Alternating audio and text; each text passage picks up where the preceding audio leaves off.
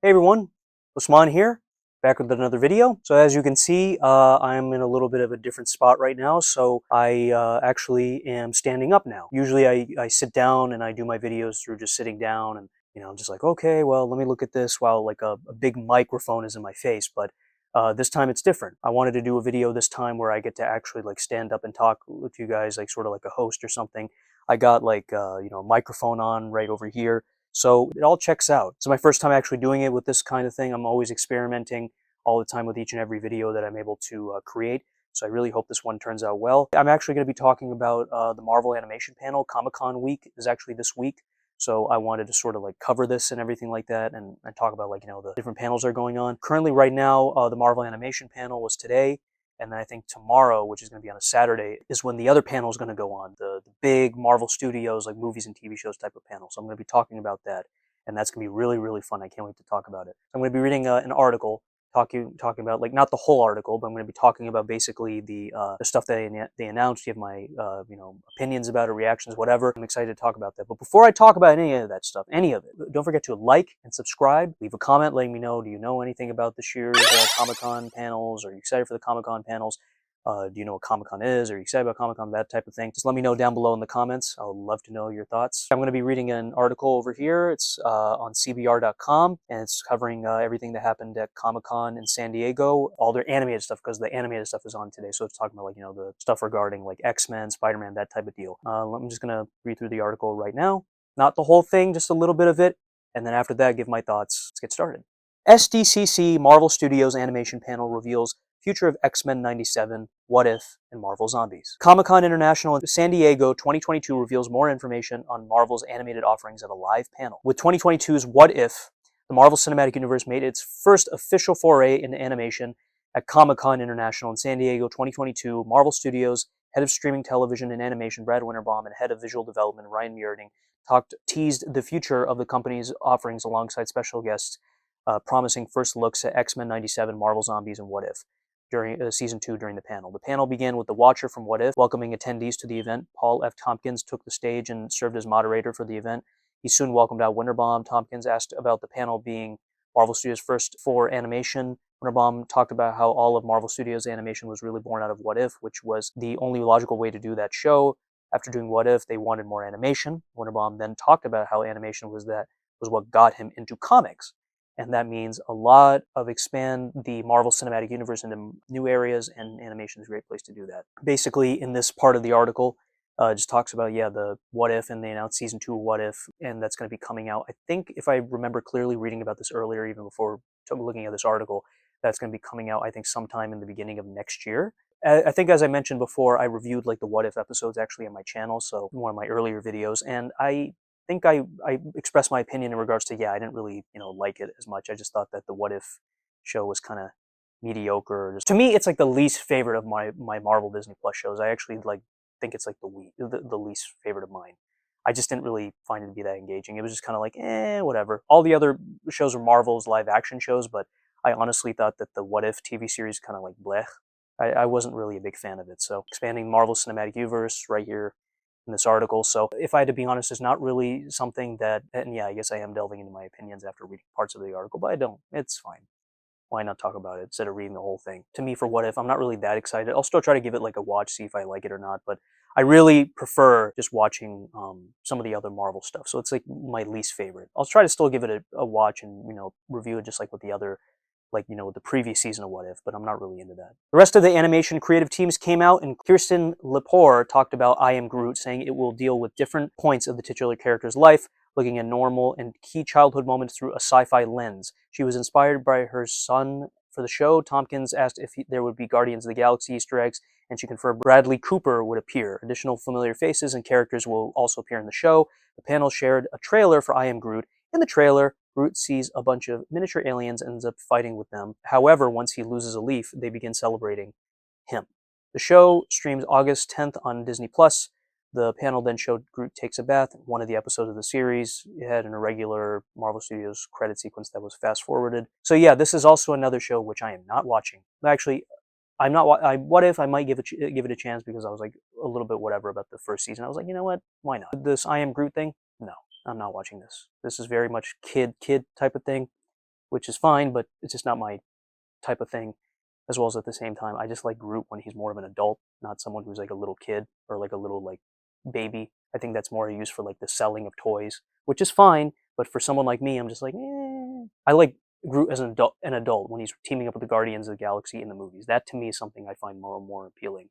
But this should be a cute thing for kids to watch and everything like that, and to enjoy and watch with their family. So why not? But for me, no. I'll pass. That's the one. Also another Marvel thing I'm not into. I just announced sort of Marvel things already that I'm not going to watch / not really that excited to watch. Okay, so there's also talk about a Spider-Man freshman year. The show will focus on who Peter is and how Focult and Harry Osborn will be in the show. The show will focus on who Peter is and how he becomes Spider-Man. The show will feature villains: the Unicorn, which I've never heard of, the Chameleon, Scorpion, Speed Demon, Tarantula, the Rhino, Tane, Carmella Black, and Otto Octavius. Peter will get a number of allies to help him in his battle, including Doctor Strange and Daredevil. Charlie Cox will reprise his role as Daredevil in the show. Norman Osborn will serve as Peter's mentor in the show, which will shape who he becomes as Spider-Man. There will also a tease about a major character, though who was not immediately revealed. Art then showed off several suits for Spider-Man. So yeah, this is like a show that in the beginning when they announced it, like maybe a year or so ago, I was kind of like lukewarm about for that. I was like, maybe. But now, like the more I thought about it, I'm like, you know what? Seeing all that and even seeing the animation sort of stills of it, I'm like, you know what? I actually am kind of interested to see what they do with this. I really want to see what they do with this, and I hope that it turns out to be a great show. I like some of the animation style. It looks pretty cool, reflective of like, the 60s type of era of Spider-Man, the way that it looks. I think that's what they were going for. Yeah, Charlie Cox, who plays Daredevil, Matt Murdock, he's coming back to voice him. So they're giving him more opportunities to play that character, which I think is really cool. I think he's the best Daredevil, as I mentioned. And you know what? If they are able to showcase a bunch of other characters, why not? There's some villains that they mentioned, I think, in the article, which I was like, I don't think I've ever heard of them before, but I'm willing to give them a shot and hope for the best that they actually turn out to be cool. It's going to be exciting. So I can't wait to see this. And then I heard that they announced a second season, which will be interesting to see what they do, and as well as that Tom Holland is not coming back. Hopefully they'll take the voice actor from What If, I think. Don't know the actor's name, but they'll probably take him. Probably, who knows? If they have another voice actor, cool. We'll see if they can do a good Tom Holland impression. I mean, I don't mind it at all. And Norman Osborn, that's an interesting choice because in the MCU they had like Tony Stark be sort of the mentor figures. That to me, it will be an interesting twist on that whole type of thing. So we'll see what they do with that, how they're able to sort of mend that in. I don't think this is MCU canon because I also read somewhere besides this article that it's not MCU canon. This is actually something I'm interested in because Spider-Man's a cooler character, like the animation stills I've seen so far. And I think it comes out in like fall of 2024, so that's what I heard. And there's Marvel Zombies. Marvel Zombies I heard is coming out. I think it's gonna be TVMA. It's gonna be for mature audiences. Marvel Zombies is like a popular storyline of the comics where I think a bunch of the Marvel characters become zombies. I kind of don't remember how they do it, but I just read about it a little bit. Zombies is a very popular genre for me. I think I mentioned this before in my videos. I'm not a giant fan of it, but if they have superheroes in it, cool.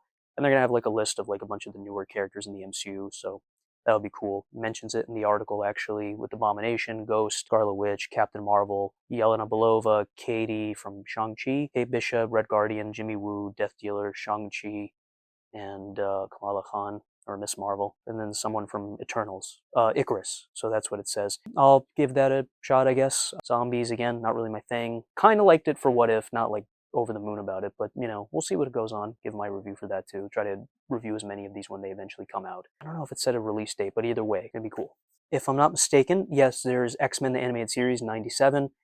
They showed some stuff over there at Comic-Con. As for who's coming back, DeMaio joked that who lives and dies would be based on applause. Rogue, Beast, Gambit, Jean Grey, Wolverine, Storm, Jubilee, and Cyclops will all return. The show is what taught me to be who I am, DeMaio said. For better or worse, the X-Men are timeless, and the world still has a lot to learn from them. Revival will explore whether Xavier's dream is still relevant today. Additionally, Cable and Bishop will appear alongside Forge. There will be new additions to the team, Nightcrawler and Sunspot. So I watched the X-Men animated series from the 90s. It was a good cartoon. I like the Spider-Man 1990s animated cartoon better. I thought that was a better cartoon. Spider-Man's also my favorite character.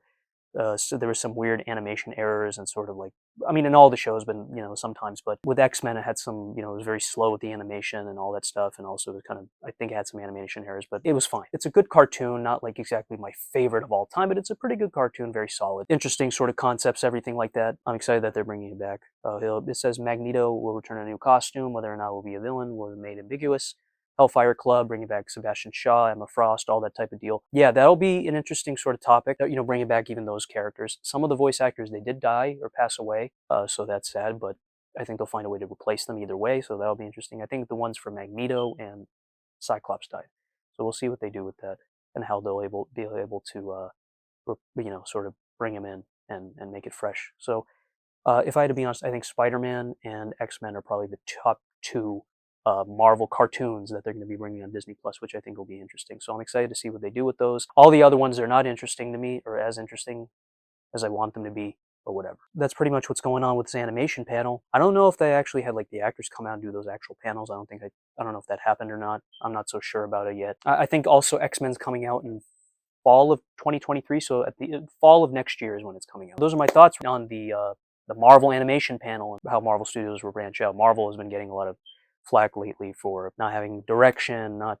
being cohesive, comedy, all this kind of stuff. But I'm like, you know what? I still watch these films. I still get excited. I'm not one of those haters online. Even if you are, it's fine. It's not a big deal. But even then, I'm different that way. So whatever. But to each their own. I'm going to be talking about the Marvel Studios panel when they're talking about the shows and movies. And that's going to be even more exciting. So I can't wait to talk about that. As always, don't forget to like and subscribe.